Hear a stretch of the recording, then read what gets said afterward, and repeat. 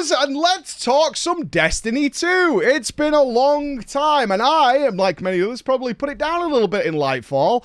I was very critical of the new Star experience and stuff like that, but Bungie reached out. This is a sponsored video, but we always accept sponsorships without my opinion needing to be biased, but you should know we are sponsored to take a look at this, and for good reason. They knew this was probably the only reason I would give some time over there, and god damn it, Bungie, I'm glad I did.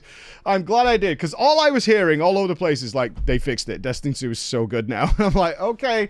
And I was in the middle of so many other projects, and they're like, no, Destiny 2 is really, really good. And my entire like stream audience was like, are you playing Destiny 2 this week? And I was like, I haven't got time. And then Bungie was like, you should come and play. Like, we've addressed a lot of things that you were critical of us about. And I'm like, all right. And the main thing is the final shape, obviously. New big launch, new era of Star. Isn't it weird? A lot of MMOs right now are in fact, the titans of the MMO industry are on a new path. The changing shape of MMOs, my friends. The changing shape of MMOs, because the winds are shifting, if you haven't noticed. And Destiny is among them. It's like, we need to go. It's time to move on. It's time to move forward. So I was hearing amazing things about the final shape. Amazing things, especially the new raid. People were losing their minds, but more importantly, everybody comparing it to Lightfall and saying that, yeah, Lightfall was a misstep. We get it. Now we've changed it. And also, one of the things Bungie really wanted me to check out and have an opinion on is they're doing episodic storytelling now in the name of Echoes. And I was like, okay. So is this similar to what has happened in a lot of other games now, which is like, so Guild Wars 2 is Living World, FF14's got things like Hildebrand, and it's got Tataru's Great Adventure. WoW is even doing a lot of side quests that you can miss, but they're kind of integral to character development. Viranoth recently, over the course of Dragonflight, had several stories that you could easily miss, and they were like kind of important, and you should come and check them out because we put a lot of effort into them. And now Destiny's doing the same thing. So it was a case of, can you come and check this out, see what you think, and let us know. And here I am to let you know. So first of all, thanks Bungie. You guys have been awesome. One thing I really like about Bungie and the people we work with there is that they're totally fine with criticism. Like, they're absolutely fine. Like, they know it because it doesn't come from a place of malice or anything like that. It's like, I want more choice. I want more MMOs that are just storming it. That's what we want to see. I want that to work, and I want for all MMOs to have a new player experience where people can come in and go, oh, cool, I know what's happening, let's go. And a fresh restart is actually a pretty good way of doing that. So, what are we going to be looking at today? Well, first of all, they really want me to look at the episodic stuff. But, of course, you have to do the start of the final shape. Was wary. Was wary after Lightfall. And this is why it's kind of sad, guys, because I'd been told for years how good the Destiny 2 story was, right? I'd been told how good it is. And then I jumped in at the worst possible time. My experience with Destiny 2 was the launch of the game and Lightfall. I was absent in between, and it was like, that kind of sucks. That kind of sucks. All right, let's talk about the beginnings of the final shape. Yes, better. Darker, grittier, more mature. That's one thing that got me in the past, was like, it felt like it was targeted at a much more teeny audience, and not me, who's a little older. And I was like, oh, that's fine, it's just not for me. But this time, okay. Not only I always bring up the art team and the environments because they are spectacular in Destiny. It was the first thing. If you go back to like long ago, long before we were in contact with anybody over at the team, was like the atmosphere. They can do a horror vibe in Destiny 2 that is as good as any other game that's trying to simulate a horror vibe, and they can do a happy, cheery vibe and the sci-fi vibe. They are very good at building worlds and building atmospheres. And the start of the final shape. Yep, it's there. It is there. And I was like, okay, this is cool. And in fact, although I have been sponsored to look at this section, we will be playing more of this because the story of the final shape actually grabbed me. And I was like, okay, yeah, I want to go along for this ride. So I'll be doing that over the next week or so, and I'll come back with another video actually talking about the final shape, because you can tell I'm smiling because I was like, this is what I've been looking for. This is when everybody was telling me about Destiny 2. And I should come and check it out. And I kind of got unlucky, and now it's like, okay, yeah, this is kind of grabbing me now in what it's supposed to be. So I'll have another video coming on it, and I know a lot of my audience are like very into this, so I'm very much to look at it. The episodic stuff. Okay, so I've said lots of MMOs have done this, and it's a great idea because it does two things. One, if you're an older player, it can start tugging on story threads that you kind of feel have been abandoned, or characters that you loved in the past And they're not forgotten. They just don't fit into the mold of where they're currently going. But these characters still exist in the world and are still doing something.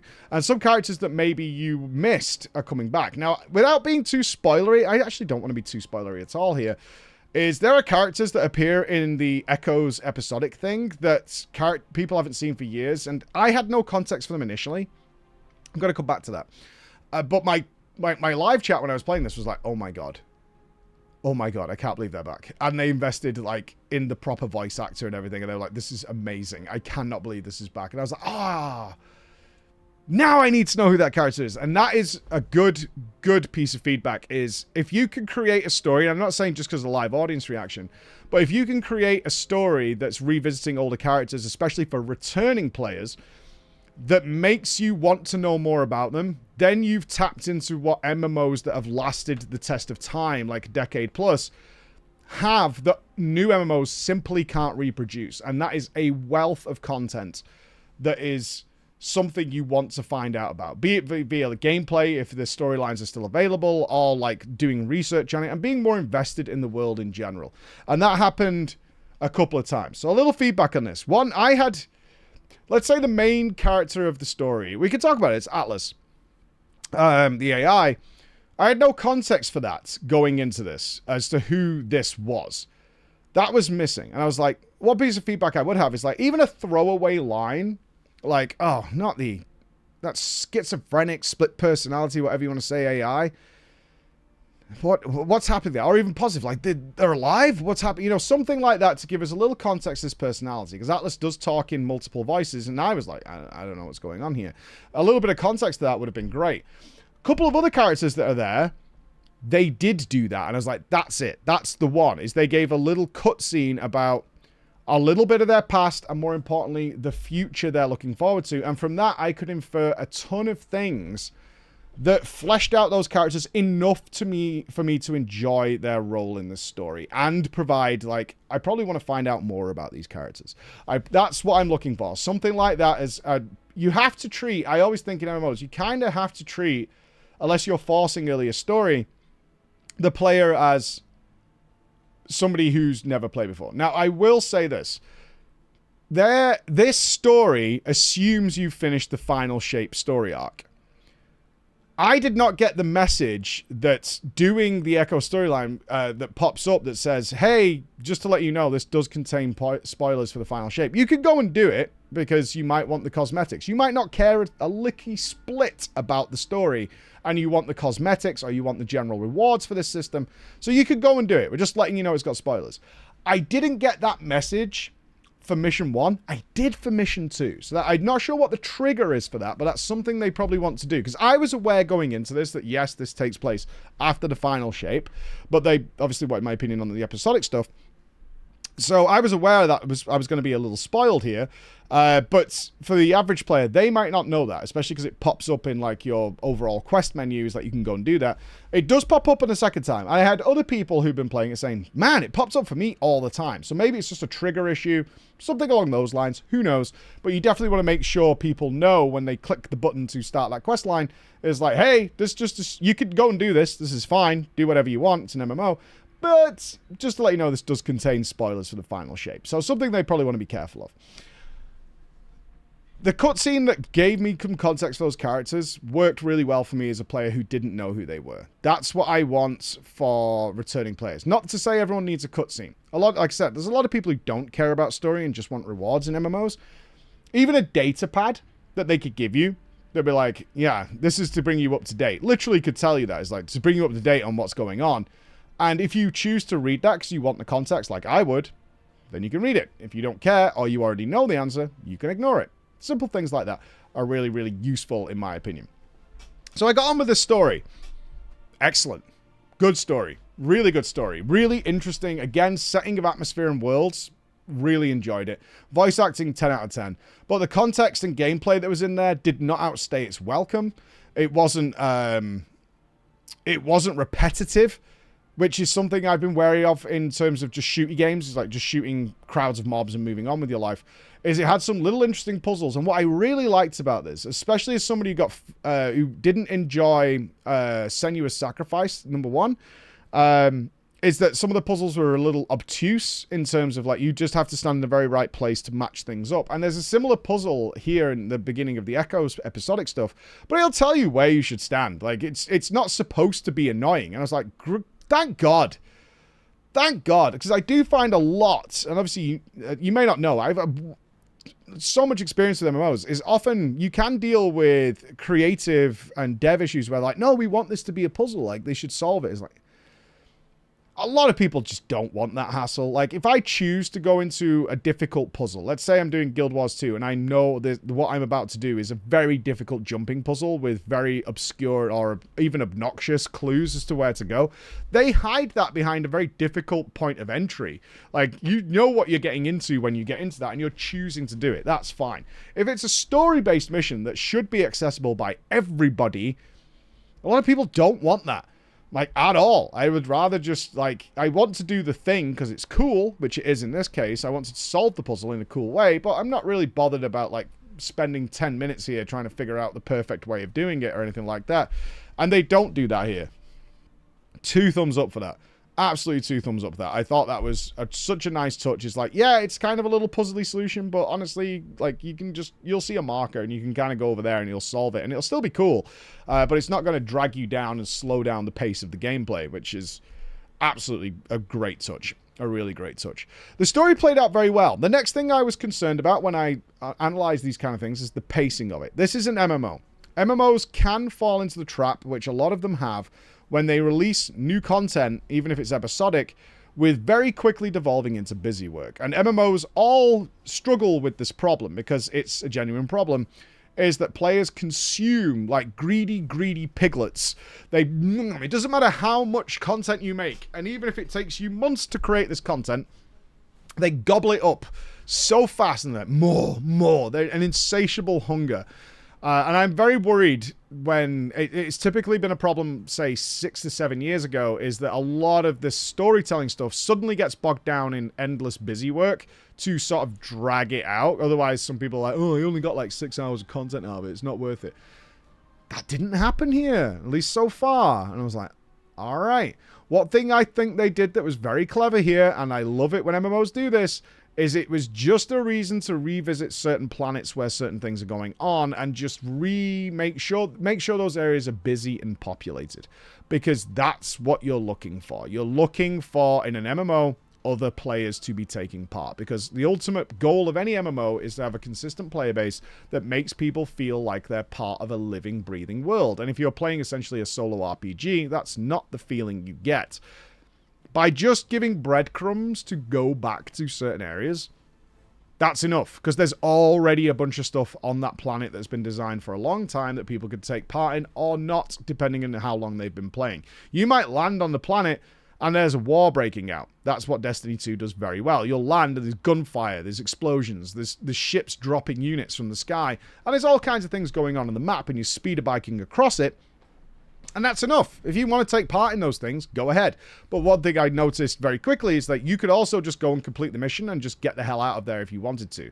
Again, if you're just interested in the rewards, you're not interested in farming anything or taking part in any of these battles because you've done them a million times, you don't have to either. Just go in, get your quest, get out of there. And that's something I think is a big thumbs up in favor of this system, is it's as long as you want it to be. And that's always going to be high praise in my book, is do what you want with it. Our job is just to keep players, is to try and get players, incentivize players to be in a certain area and to do a certain thing. So this is my game plan now. This is my game plan thing.